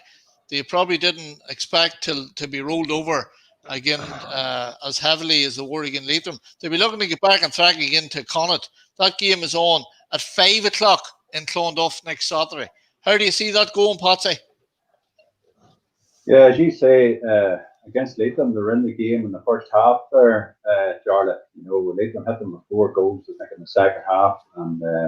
But you'd be very confident in beat the Connacht. I seen the Connacht, as I said, I told you there, started in the Kingdom. Very young side. They've got a lot of young players coming in. They're a small club. They've done great development work off the field. But on this occasion, Jarlath, Saville's experience, you have to remember, I don't know, many years ago, Paul maybe tell you, it was maybe mid-noughties or 2010, 2011, Saville were in the semi-final against View Bridge. That's so, right. You just don't become a bad side overnight, Paul. So you don't. So no, Saville, certainly, if they can't beat Saville, the shock is there. Yeah, they can only see one winner, Patsy, and agree with you. And just on that one, Jarlath, it's 5. It's moved to 5 o'clock on the kickoff as well. But I can only see one winner. And boys, I'll remind you again, Leitrim beat Saville by that score last week. But I tell you what, Saville were not that far out of that game, and don't dismiss them. Like they were a couple of things had to fail in their way. They could have won out just the same as Leitrim. And as I say, in the Mayo Bridge game and the Kilcoo game, the score's not the real side or not, but I think Saville will win that at a canter. And I'm not being disrespectful to Connacht, but they're just not at that level yet, Charles. As simple as that. Right, fair enough, Paul. Would it be fair to say then that the next game, Bright first tomorrow, there'll be more evenly matched as well? You would indeed. And Paul, yes, Jarlath, in that one there, Jarlath, tomorrow run St. John's to the wire. St. John's only won that game in the last couple of kicks. They got a couple of points. Maybe tomorrow run out of steam. You know what I mean? Bright are they're champions. I tell you what, it's a mouth-watering clash too. But I'm going to have to slip towards Bright in that one, Jarlath. And let me tell you, and I have to remind Bright that they'll be getting nothing easy there. Tomorrow be coming with confidence off that St. John's thing. No one could have beat St. John's, and sure, it's only Bright this week, you know what I mean? That attitude. But I tell you what, good game, now a local derby, but I'm punting for Bright, Jarlath. Okay. Patsy, you coming in on that one? Yeah, I'm going to disagree with Paul on this occasion. As we talked earlier there about how well Dromara played against the Johnnies. That was a local derby, to say the least. There's very little distance separated St John's and Dromara. Bright, as I say, they impressed a wave after winning the championship last year. But we talked earlier, Dromara were one of the favourites last year for the junior championship. Offensive Finn put them out in the first round. But I'm going to go here for Dromara by about a 4-point win over Bright. Martin Murphy down there in Bright will not like me predicting that there. No. Okay. Great Bright supporter and a great, yeah. So as I say, Bright for me, Dromara for me, Jarlath in this occasion, yeah. Right. Well, I'm going to go with Bright as well, just based on they are current junior champions. Just on that. Now, also then on the Saturday, lads, big local derby down in Mourne. It's actually on, Paul, on the Sunday at 2:00. Ballymartin versus Call. Can you confirm there what's happening? My take on it. No. Well, my time and day for Jarlath, I don't know why made me 100% is Saturday at 2:00. Ballymartin for Call. I'm sure we'll be getting the text in now shortly from somebody at headquarters just to clarify us on that. But again, I touched on it earlier on. This round's full of local derbies. You'd nearly think that it was planned out, but it's not. And we've seen the draw the other night. Patsy was there when we done the draw, but like a great match there. And again, the two managers, they don't have to do nothing to get the footballers up for this here, Jarlath.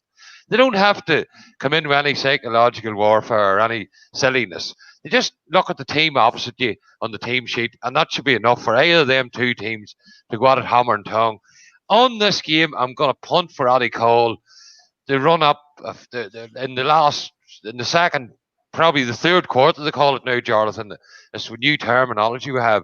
In the third quarter against Shamrocks, they knocked over 7 or 8 nice points, you know what I mean? But as I say, the managers have no work to do. Just show them the name of the team and on you go, lads. And it'll all happen for them. Do you know what I mean? But I'm hunting for Call. Very good. All right, Patsy, what's your view on that one?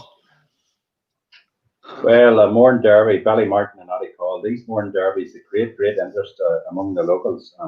And this will be no different. As Paul talked in there about how well Call played against Shamrocks. Ballymartin, they're a bit of an unknown quantity. They have a lot of youth in as well there. So, as I say, if Paul went for Call, I'm going to go opposite again, Paul, this time. I'm going to just narrowly go with Ballymartin. Okay. I tell you what, Patsy, in that instance, I'm going to go with Ballymartin as well. So, moving on then. The last game then, lads, in intermediate, Bosco versus Clonabana. It's on in Saville at 4:00 on Sunday. Patsy, what way do you see that going? Well, we talked earlier there about Bosco that, as I said, we'll keep going back to it, but losing that league game to Leitrim wouldn't have done their confidence any good. I fancy into the big Tullage, but obviously Clonabana, it's hard to know about Clonabana. I haven't seen them in a while now, so I have to go for Bosco here. Bosco have some great young players. They won the County Maynard title way back in 2001 when they beat Longstone that day by a point. So I'll have to favour Bosco here, Jarlath. All right, Patsy. Paul, any view on that one? Yeah, a tight one, Jarlath. And again, I'd love to go to all them matches this weekend, Jarlath. And that's been honest with you. That's the type of person I am, just to see what's going on. But you let get any closer than that. And I tell you what, I'm going to go with the Newry team this time to maybe if they could unearth a bit of that form they showed against Leitrim that night, they could win that there. But Clonabana haven't been great so far this year, but they have their own young fellas coming through too as well, and they're trying to jail a team into place. And it wouldn't be the easiest place in the world, Jarlath, to get a bit of GA going. But fair play to them, they're going at it. But I think if Bosco could unravel a bit of that form they showed again in Leitrim, they should win that all right. So I'm going to go with Bosco in this one, Jarlath. Okay, fair enough, lads. Listen, the clock is nearly against us here, so we're going to very, very quickly run through it. Patsy, can you tell us what's happening here, or tell the viewers what's happening? There's no winners draw this week for the Junior Championship. Killeaf had a bye from the first round. They play East Belfast, and then with a few more games just to go through who were the losers from last week. Can you explain tell the viewers what's going on there, and then just give us your take on East Belfast, Killeaf, and we'll run through these briefly. Patsy. Well, as we talked earlier there, as I say, this is Killeaf. They had a bye in the first round, Jarlath, and they're up against East Belfast. You'd have to fancy Killeaf there. You have to remember in 2011, which isn't that long ago, Killeaf were down into the football champions. Once again, a lot of their players probably have either retired or the few young ones in. They're down there on the Strangford Lock, you know. So you'd have to fancy them there against East Belfast, Jarlath. Okay, so you're punting for Killeaf there, Patsy. Paul, very briefly. Very briefly, Jarlath, going for Killeaf again. I'd love to see East Belfast getting points, but not this time. Killeaf are flying this year, Jarlath. They're absolutely flying. They're scoring big scores again, everybody. So they could win that by 10 or 15 points, Jarlath. As simple as that. Okay, moving on then, lads. On in the Sunday, it's Mitchells versus St Michael's. Paul, what way do you see that going? I'm going for Mitchells in that one. It'll be a tough one for them too. It's not that far out the road from them. They only have to slip out to Jarlath. They have been hot and cold this year. They started off great with a couple of good wins. And funny enough, the coldness has come in there in the last couple of games on them. But I think they might be able to. I was working with one of the boys in Mitchells last week on the stream, and there's a heavy bit of training going on this week, and there's nobody going to be missing, and everybody's shoulders to the wheel, Jarlath. You know what I mean? So I'm going to tip Mitchells in this one and wish my good old mate Aidan all the best with him. Fair enough. Patsy, give us your view on that one briefly. Yeah, well, Class Drummond surprised us. Our St Michael's done really well against Class Drummond last week, only to lose by 2. Mitchells with John Shorty trainer at the helm there. They Drummond S, they're 2 points in the league game. So on that form, I'm going to have to opt for Mitchells against St Michael's Drummond. Well, on that game, lads, I'm going to have to give way to your superior knowledge. So I'm going to go with Mitchells as well. And that'll keep the boss, Mr. McCoy, happy as well.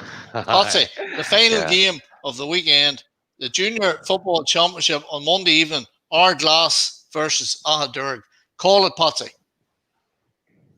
Well, it has to be Ardglass for me, Jarlath. Ardglass won a few junior championships in their time. I remember commentating on them. The late Marty Ross managed them, and they've some good young players. As say, they have a few soccer players at the moment, but no soccer being played at the moment, and you just don't become a bad team overnight. Ahadurg, as Paul has said, they're a dual club. They hurling as well. Some great hurlers.